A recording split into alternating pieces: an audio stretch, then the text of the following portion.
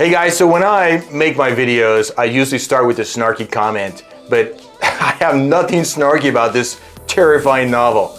All I want to say is, if you want to read a terrifying novel, you should read 1984 by George Orwell. And before we get to the review, we're going to answer one question. Did I enjoy reading this book? And the answer is yes.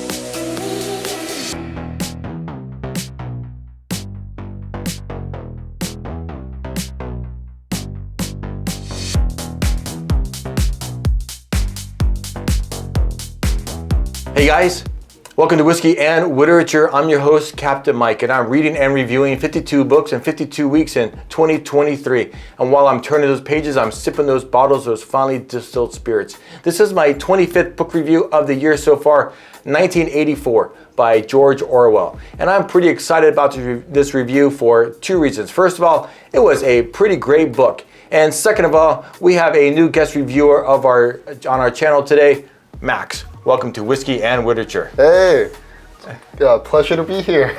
I'm so happy to have you here with me. I'm excited. So we were in Utah last week, there for your brother's wedding, and you expressed a desire to come and do a show with me. And I knew you guys were coming out here this week to enjoy the Gulf Coast of Florida. Yeah. And I said, how about 1984? And you were like... yeah, it's the book I want to do. Now, you had read this before. Yes, probably 4 or 5 years ago. Okay. I guess, dumb 14-year-old brain didn't really understand it. Dumb 19-year-old brain did. Yeah. So, well, fun reread for sure. So you read it 4 or 5 years ago? Yeah, it's the 14. And you read it again like in the past week? Yes. A few days? I finished it like... 2 hours ago? Yeah, exactly. That's great. Now, I usually like to, after I read a book, let it marinate in my brain for a while before I do my script and my review. So you didn't have that time really, and I finished mine about a week or so ago, but we'll sit here and we'll talk about how we felt about the book. But I've been wanting to talk about it. Like, it's been on my brain since I finished reading it. So that's great. Yeah. All right. Yeah. It's pretty exciting for me because your dad was on this channel. Yes. So this is the first time we've had a father and a son. So a legacy. A legacy. So your dad, Kurt, we did a couple whiskey videos together. One of those is on the channel. The other one's buried in the trash heap because we got had too much High West that night. And so someday we're going to redo that video. But for now, it's just, it's gone. Go watch the first one. Yeah, but go watch the first one.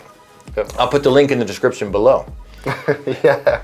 Okay, so and I just want to point out as well, this channel is called Whiskey and Literature. Max, how old are you?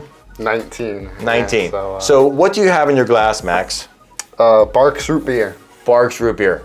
So I just wanted to point out, just so there's no question or mistaking, I just want you to know that I do not, under any circumstance, condone underage drinking. Don't do it. Don't do it. Yeah. I literally had my first drink of alcohol when I was 35 years old. And I love you guys, but there's no in my house, in my world, underage drinking. So Max has root beer. I do have a little bit of whiskey here with me. It's a Knob Creek Rye, if you really want to know. But just so we're clear, root beer, apple whiskey, juice. And yeah. All right. Okay. So Max, yep. Would you consider yourself a reader? No. No.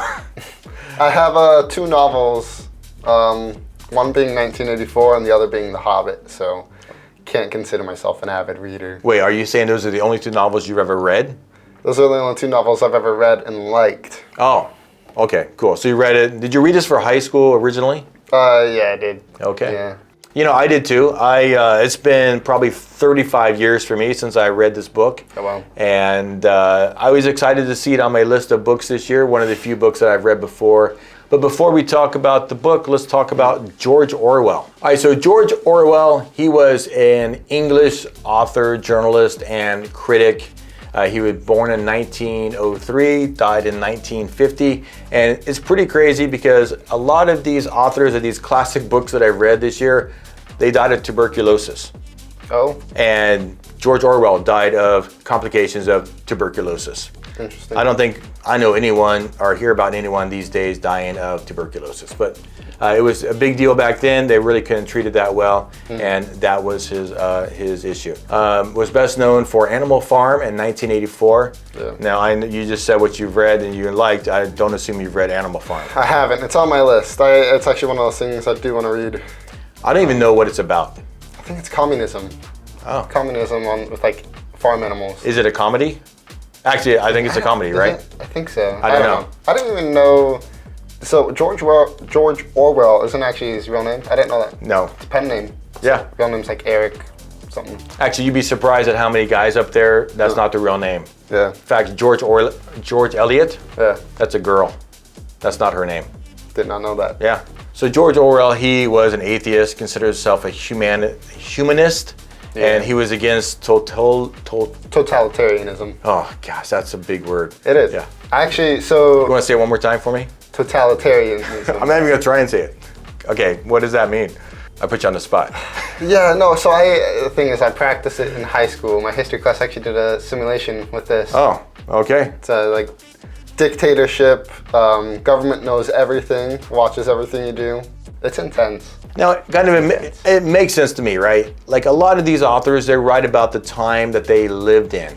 So think about George Orwell. He was from Britain, from England. He was born in 1903. So he was like a early teenager, late teenager during World War I.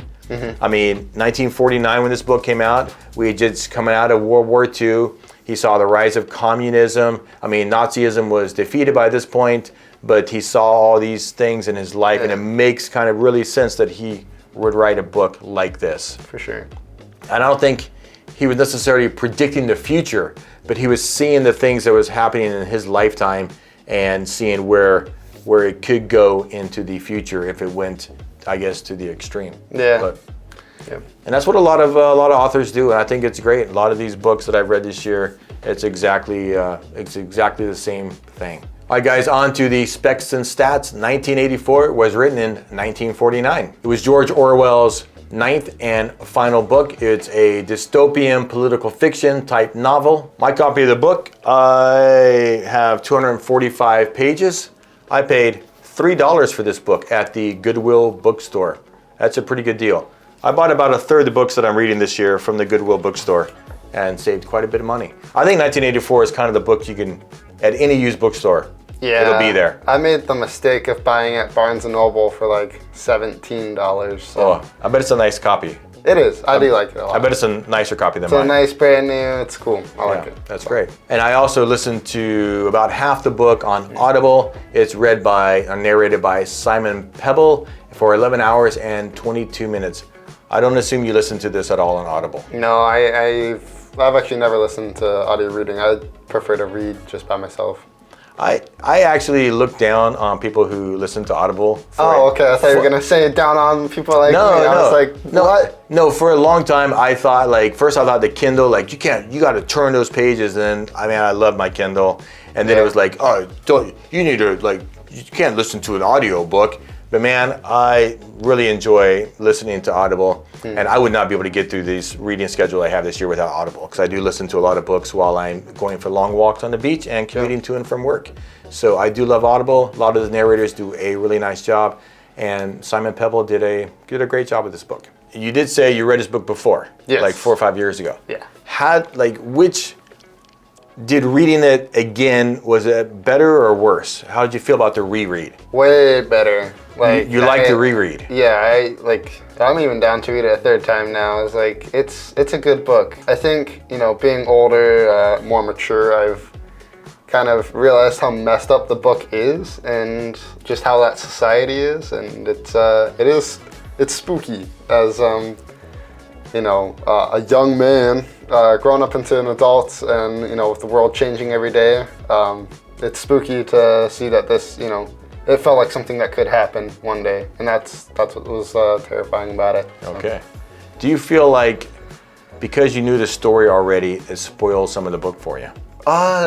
No, actually. I knew what was going to happen eventually. Again, just picking up so much new knowledge and themes than I did before. Have you ever reread a book? Yeah, I've read have? The Hobbit like Okay, 4 yeah. or 5 times, and it's a great book. You know, so have you done Rise of the Resistance at Disney World? And stick with me here. Have you done Rise of the Resistance? Yeah. Okay. Yeah. So It's fun. I remember the first time I did Rise of the Resistance. Okay. It was so cool. But like you're like trying to see everything and you miss half of everything and you just go do the ride because it's so long and so exciting the first time. And then I remember doing it the second time and you already know what's going to happen. There were so many little details that I picked out doing that ride the second time. Yeah. Because I already knew what was happening. Because I was a little more relaxed and I could enjoy it some more.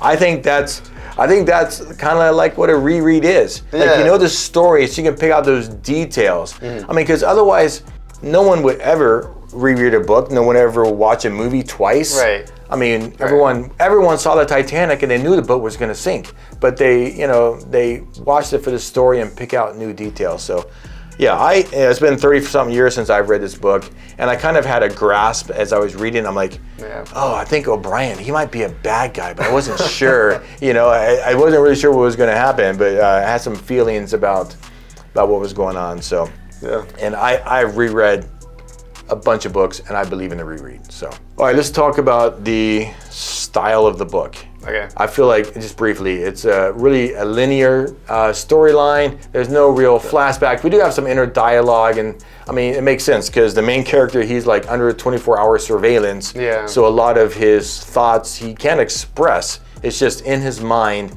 and so we do have some of that inner dialogue, but it's not overwhelming in the majority of the book, like say Virginia Woolf. Yeah, I mean, it definitely, on the reread, it shocks me actually how very little dialogue there was. I felt like there wasn't a ton, just because characters, again, under surveillance, they don't get really the time to talk to each other that much, That's right. Yeah, so we get some of that. We also get some flashbacks. Yep. Sometimes books are just, the whole book is flashbacks, but we just flesh out a little bit of the story, like Winston's previous marriage and some of the pre-revolution stuff, but it's not overwhelming. All right, so some of the themes of the book include nationalism, futurology, censorship, surveillance, poverty, and inequality. And I honestly feel like 1984 was a nice, easy read. I mean, It was. I mean, besides, like, they're not big words, nice, easy page turner. Yep. And not very big. Quick read. All right, let's talk briefly about the characters. And there's not a lot of characters in this book. No. I mean, really, there's only 3 main characters. Everyone else is kind of like a bit player. Yep. So That's first, true, yeah. Winston Smith. He's a 39-year-old main character, protagonist. I think he's like a clerk, and he harbors kind of dangerous thoughts about the party and the political structure of the day. Mm-hmm. And then we have Julia. She is another party member, and she kind of works in the same building with Winston. Initially, she's loathed by him, and then she ends up being his confidant and lover. O'Brien. And he's a mysterious inner party member, and we're not sure while we're reading the book, is he a good guy, is he a bad guy, is he part of the Brotherhood? Don't know while we're reading the book. Actually, I think 2 of the biggest characters in the entire book are Big Brother and Goldstein. Yep. I mean, like they're everywhere, they're ever present. It's kind of like the carrot and the stick. We literally don't even know if they exist. Yeah. I don't think they... well, we'll get to it in thoughts. No, We'll get to it. no. I don't think they do exist or ever have existed. You think there's no Big Brother at all, ever? No. Like, Goldstein? no, they're essentially just mascots, I think. Okay. Yeah. I actually tend to agree with you. Yeah. Yeah, I think they were just when you have a group and it's well written in this book, in order to turn them into a cohesive unit, they have to have something to fight against or fight for. Yeah. So, and there you have it. You fight for Big Brother and you fight against Goldstein. You fight against Big Brother. Whatever. Yeah. Okay, and going back to your first read, did you think about Goldstein and Big Brother? Did you think, oh, maybe they don't exist? Did anyone surprise you, like Charrington or O'Brien or Julia? Like, were you surprised by any of the characters? This is my first read. Mm-hmm. Yeah, I mean, I don't really think I was. You were just reading it to read it. I was just reading it to read it. Yeah. 14 years old? Yeah. Yeah, that's why. Yeah. Okay. So. And honestly, like it was 30-something years ago for me. So I I can't tell you how I thought Yeah. when I first read it. I was probably like you in high school, and it was just what it was. Yeah.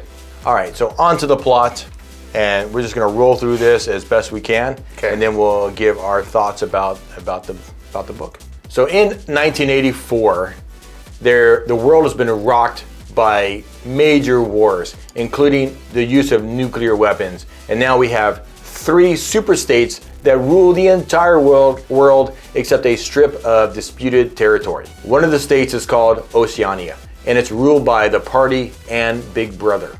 The populace is under constant surveillance, and any nonconformist is purged, killed, and all mention and memory of them is erased from the history. So our main character, Winston Smith, he works at the Ministry of Truth, and he's kind of like a clerk. His job is rewriting the historical records so that they conform to actually what happened. So wandering one night through the neighborhood of the Proles, and the Proles are like a working class of low class people, kind of uneducated and whatnot. But he comes across an antique shop which is run by Mr. Charrington, and he buys a blank diary there. He takes it home, and he secretly writes anti-party rhetoric in this diary. At work, Winston meets Julia. She's another outer party member, and she has a job fixing some machines for them. And initially, he develops an intense hatred for her because he thinks that she's the kind of person that like is all in on the party, and she would rat you out if she thinks you're a nonconformist. And he also suspects his superior, O'Brien, to be a member of the Brotherhood. Julia slips Winston a note one day that professes her love for him, and they begin an affair. And initially, they're meeting at random locations to keep their affair a secret. And then they rent out a flat above Mr. Charrington's antique shop in the Prole neighborhood, and they continue their affair there off and on. And Winston, multiple times during the novel, after they begin that affair, he says this is going to end up in us being killed. O'Brien, he invites Winston to his flat where he declares himself to be a member of the Brotherhood, gets a book to Winston, which is kind of like the creed of the Brotherhood and what they stand and why they're fighting. Okay, after this continues for a while, Winston and Julia are in the flat above Mr. Charrington's shop, and they get arrested.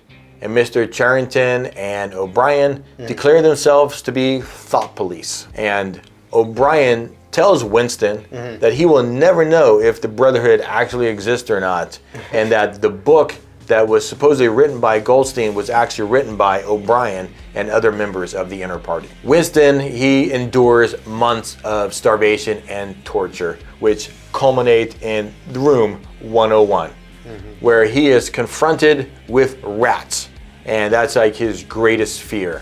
And he ends up betraying Julia and professing his loyalty to the party. So after he professes his loyalty, he is released, and one day he's walking along and he comes across Julia, and they haven't seen each other since they both got out of prison. And they both tell each other that they each betrayed the other one. They're no longer in love, and then they just go their separate ways. And in the next scene, Winston's watching some announcement on the television about some war victory or something. And he has this emotional moment, and he realizes that he actually loves Big Brother. And that is, in a nutshell, a brief summary of the plot of 1984. Okay, now is the part where we talk about our thoughts about the book. And guys, I don't have a degree in literature or English major. No, I don't know. Do you either? Nope. No. No, I experience in film, so this is like... Yeah. Words on paper. We're just a couple of dudes that like to read and kind of like to read sometimes. And we're just going to talk about how we felt about the book. This is no deep dive, literary analysis of 1984. Yeah. All right, so I didn't talk about every plot detail. Is there any plot or any scene or anything from the book that really sticks out in your mind that you want to talk about?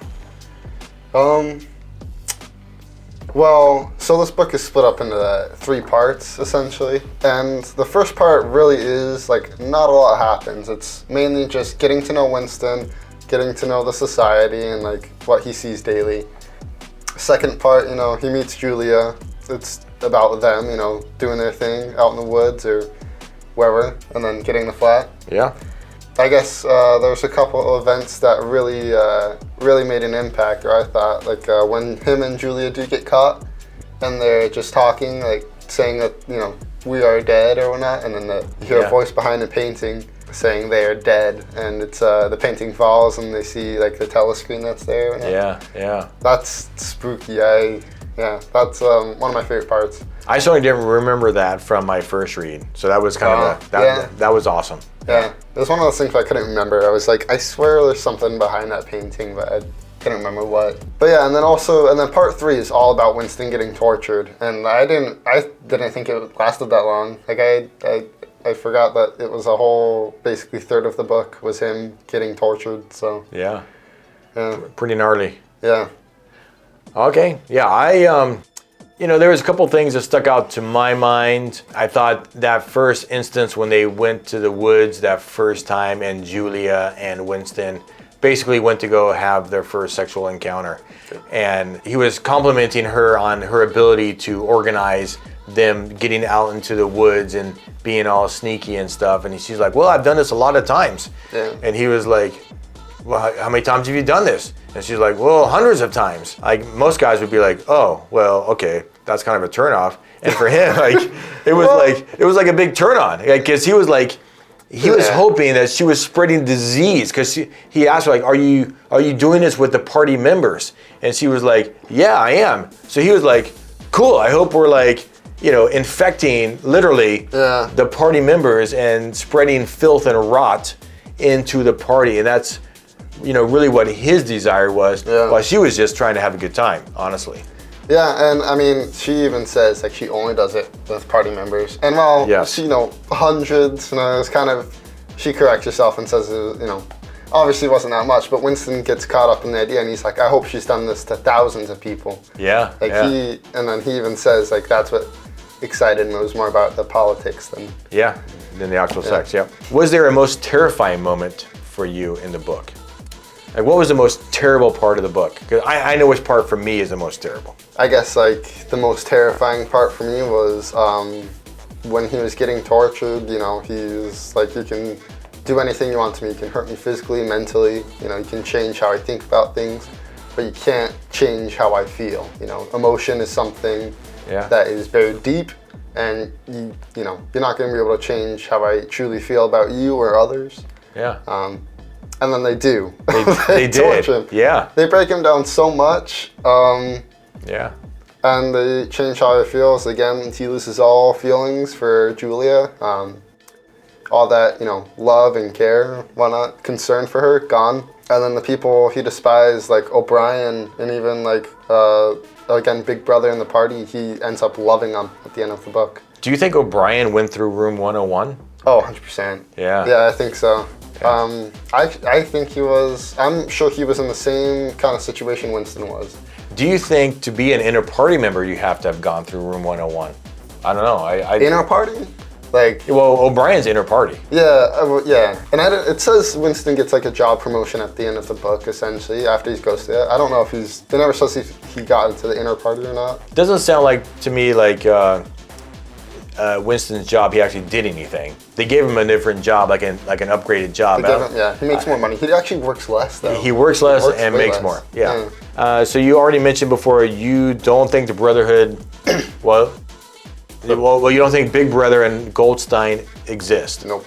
So, you know, Big Brother, and we kind of didn't even talk about him in the plot, but Big Brother's kind of like posters everywhere. He's the guy that is kind of rallying the troops, and we all love Big Brother because everything we have comes from Big Brother. Whereas Goldstein, he's like the enemy and he's working against us. And so you don't think either one of them actually ever existed? No, because I think if, you know, for their society, they can't have, you know, if Big Brother existed, like as a single kind of leader figurehead, I think that's too much, you know, for the society they want. They can't afford to have someone who can make mistakes, and they need someone who's perfect and always right. So like maybe there's like a core group, Yeah. maybe like a quorum of 12. Right, and it can't be. Wait a minute. Again, it can't be one person running it. It has to be like a group of people running it because. Like a first presidency? Yeah, maybe. Dinner party. Yeah, I honestly, okay, what about the brotherhood? Do you think a brotherhood existed? Or is that just a thing to give the dissidents, someone who has revolutionary thoughts, like a hope, so then they seek out the brotherhood and that's how they get caught? Yeah, I do think it is possible, maybe somewhere that there is like a small revolution, maybe consisting of very small numbers, but the brotherhood itself is, I think it was created by the party just to capture, weed out the people that they can't trust. Okay. Do you think there's any way that do you see any similarities between 1984 and the way that we live today? I actually was going to wait for you to talk about what you find most terrifying, because I know what you find most terrifying. All right. Well, that definitely sticks. Let's talk about that, because I don't have like the hugest vocabulary, but I do use words like parsimonious, and I do like big words, and I use them sometimes. I don't know how long humans have been around, but it's longer than 6,000 years, more than 100,000 years, and we have over this time frame, we have evolved in different languages. Of course, there's all different kinds of languages, but we're talking about English, right? We've developed this language and we think of new words all the time. And we develop new words so we can parse out shades of meaning and express ourselves in different ways. And through the words, we can have thoughts and expand our knowledge. So when Winston is talking to Simon about Newspeak, and Newspeak is the language of, it's called INGSOC, English Socialism. That's the government that rules Oceania. And Newspeak is the official language of Oceania. Simon's job is to delete words from Newspeak. So like instead of having words like awesome and fantastic and superior, we just say good and good plus and double plus good.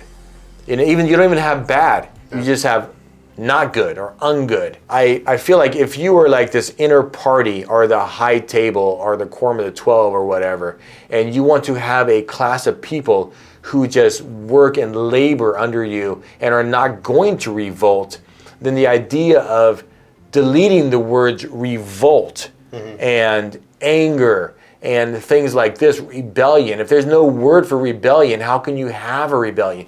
Maybe you have these inner feelings, but you don't know how to express yourself to your fellow citizens about how to rebel. So when I was reading that chapter, man, the idea of dumbing down the language to the point where you just can't even comprehend anything was the most terrifying part of the book to me. If you've watched Altered Carbon, which you shouldn't because it's a mature show, but if you watched Altered Carbon or read the books, there's a scene in the show where these rich people are having a party. And in Altered Carbon, everything you are, your memories, your thoughts, your consciousness, it's stored in a thumb drive essentially in your neck. And that can be uploaded and downloaded and taken out and put in.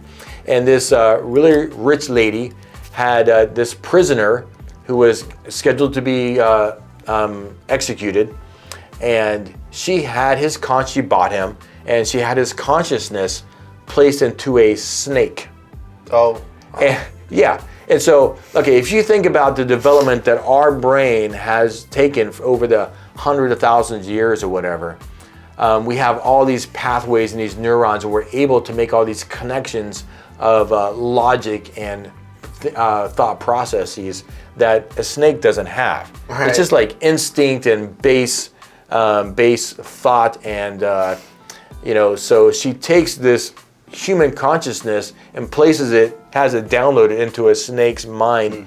And then she said later she took it out of that snake's mind and put it into a human, and the dude was just raving mad because this ability to think and process was reduced so small. And I feel like that's what the party's trying to do to the general populace, is reduce and dumb them down to this almost animalistic creature that just is able to work and feed them.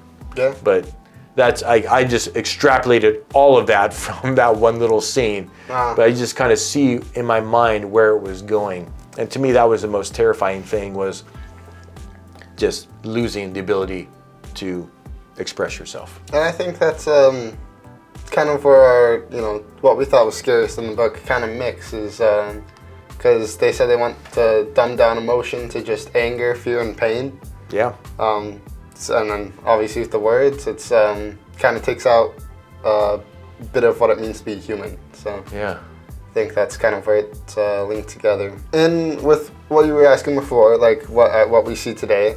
Yeah. And again, George Orwell wasn't predicting the future. This wasn't meant to be taken as a literal prediction of what the world would be like. Because you think about the English language, right?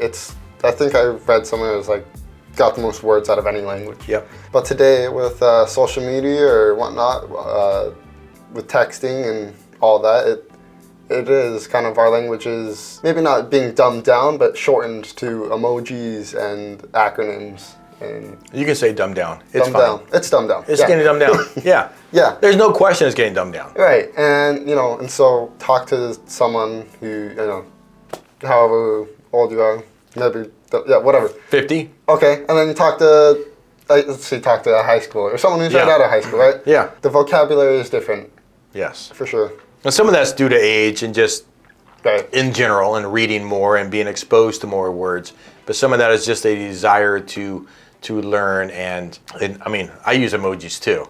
Right. I have to look up, I have to Google sometimes which emojis to use. I do occasionally slap an emoji, smiley face, or something like that in my texting. But I have one more thought that also was terrifying to me. I mean, we think about those who've gone before us, and we remember them and their lives and what they meant to us. And this idea of, if you go against the party, not only do they purge you, they purge all memories of you. So they literally go through all the documents, and they'll change the documents in the news stories if you're someone big and famous, and they'll delete all mention of you from history. So another show that you probably haven't watched because it's a mature show, so don't watch it. It's a Westworld on HBO.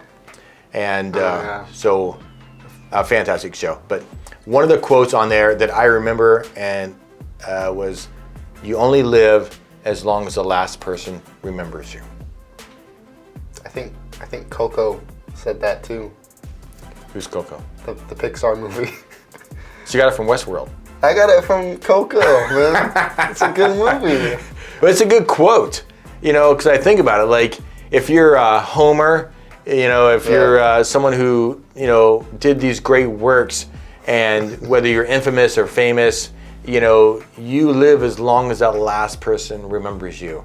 And the idea of being erased and everything you were and just being obliterated. Could you imagine living in a world where, say, your grandfather passed away, or he was purged, and not only, you can't talk about him. Like, if you talk about him, you get purged too. Yeah, it's pretended like he doesn't exist. He didn't exist.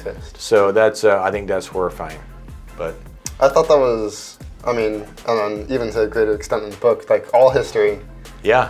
And that got me thinking, like, how much history does, and every country has their biases, right? Yeah. But how much of the news that is fed to us and spread throughout our nation is, like, how much of that is, What? Have you ever heard, like, the, history is written by the victor? Yeah, it is. Yeah. I've always wanted to go buy a British history book to read about, American Revolution. Oh. I've always wanted. That's interesting. Yeah, I want to get one. Yeah. Yeah, I mean, obviously, we carry around phones, so we're surveilled. We pay to be surveilled. The governments, the corporations, they surveil us all the time with our phone. We don't have an Alexa, but we have a Google thing in our house, and a lot of people have Alexa, and those listen to you 24/7. We watch the same news channels, we read the same newspapers, and we allow ourselves to be indoctrinated, mass hypnosis essentially, and allow people to tell us what to think. And that is all kind of scary. You know, I think 1984 was great. I think it was a nice cautionary tale. I think it's as applicable today as it was in 1949 when it was written by George Orwell. Yeah.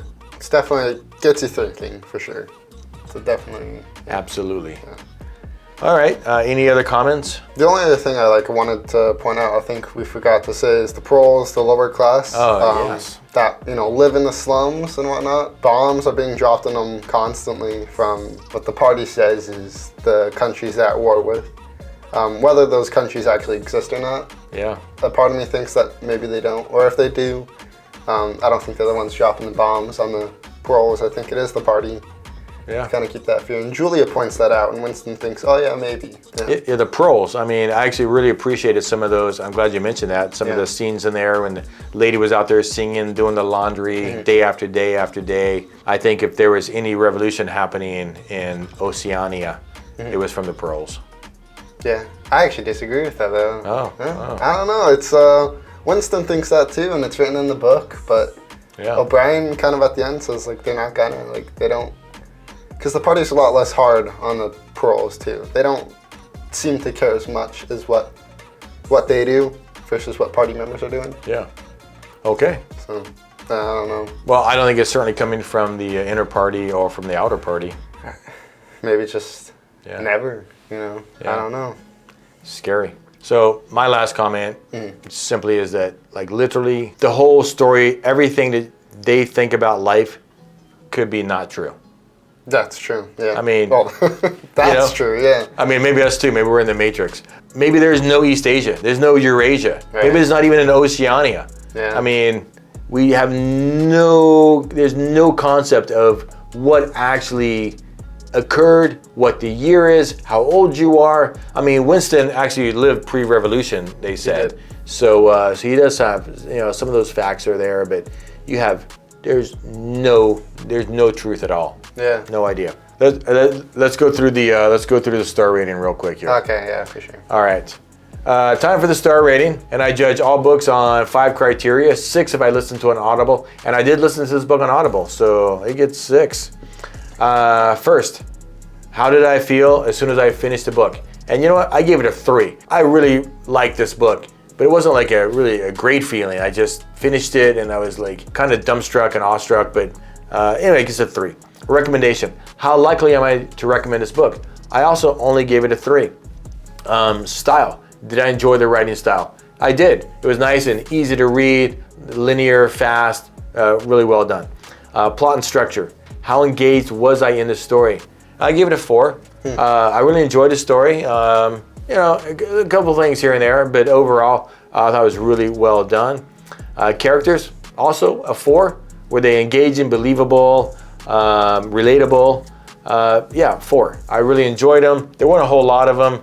Some of them were kind of maybe kind of over the top, but Did you have a favorite character? Did I have a?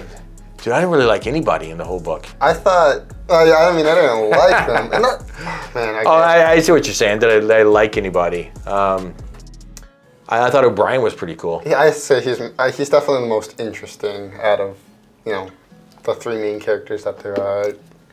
I like the lady doing the washing too, the prole. Yeah, she was cool. Yeah. Audible. Okay, so number 6. For those books I listened to, how was the presentation?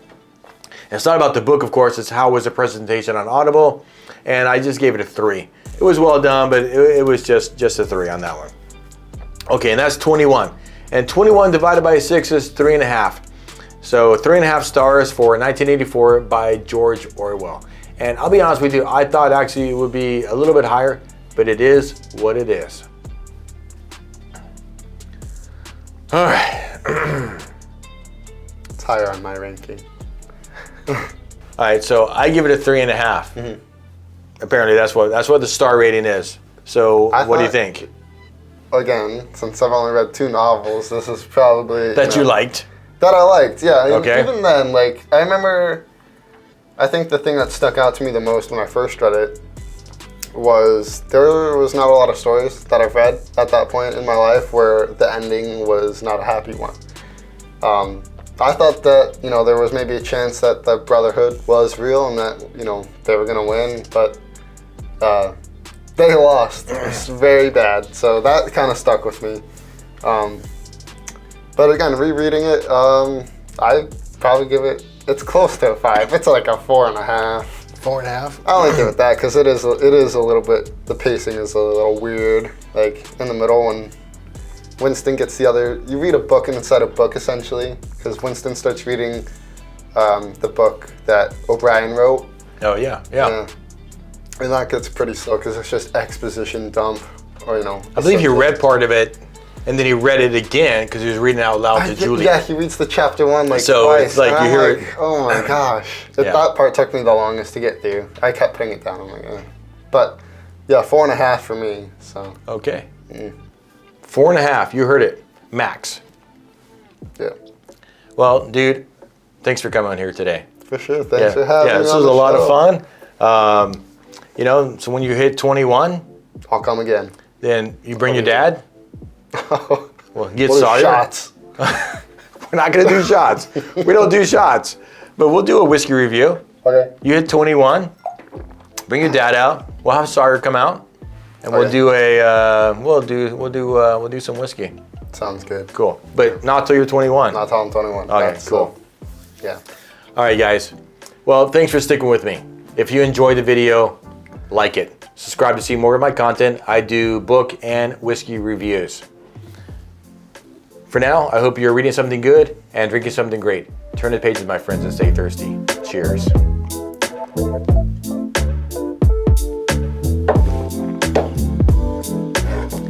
Nice job, dude. Thanks. That was fun. I know I should have organized my thoughts. There was just so much I wanted to talk about. Sounds good. The mics work. I forgot what it's called, 1984. Forgot what it's called. All right.